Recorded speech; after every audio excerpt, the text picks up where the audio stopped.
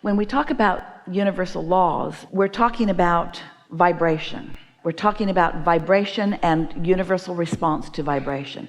So let's just, in a really simplistic way, let's pretend that somehow we have identified or found the first thought. We have to make it up. We have to pretend it because we can't really find it. You can't even find the thoughts that you began with when you walked into the room today. But you can't because they've evolved. Have you ever been in an argument with someone and then you lose your point? All you remember is that you were right, but now they've got you so confused that you can't even find the premise that you started with. Well, it's sort of like that. So let's say that we have isolated the original thought, and by what we know now, every thought, because every thought is a frequency, every thought is a vibration of wanted and unwanted, or of presence and absence. So that singular thought was not so singular because it had dual nature. And because of its dual nature, the two ends of the stick, you might say, in their relationship with each other created more thought. The thing that trips you up is that it feels like if there is a thought, there has to be a thinker.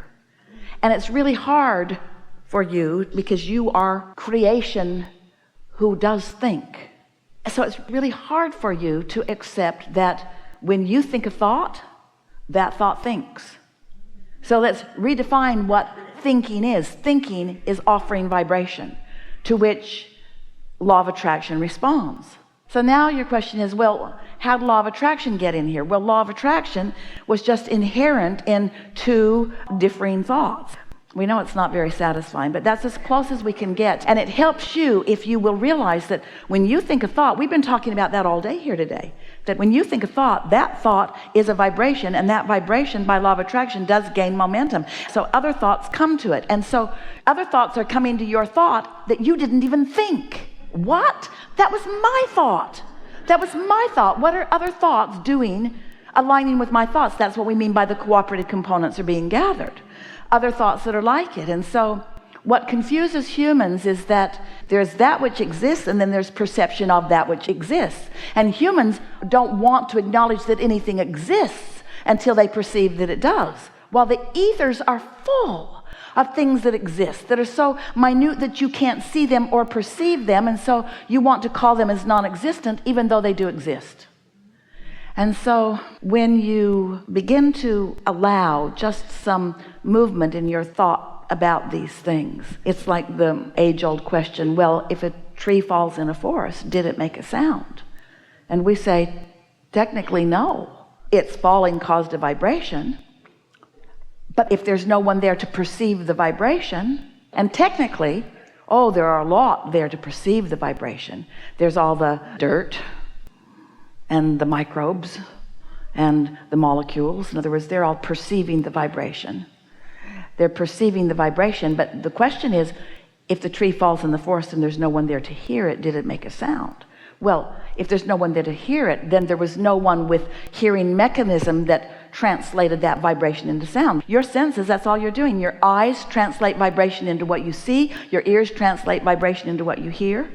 So there's a lot of confusion about the difference between an actual vibrating thought and universal's response to it and my perception of it. What happens as there is evolution is that your ability to understand your environment and utilize your physicality and interpret vibration through your physical senses and use your thinking mechanism, especially in concert with source energy who's thinking about all of this, then you begin to discover that if this time-space reality, which is all that you can perceive, has the wherewithal to inspire a new desire, a new thought desire within you, then it is certain that it has the wherewithal to deliver the full manifestation of it.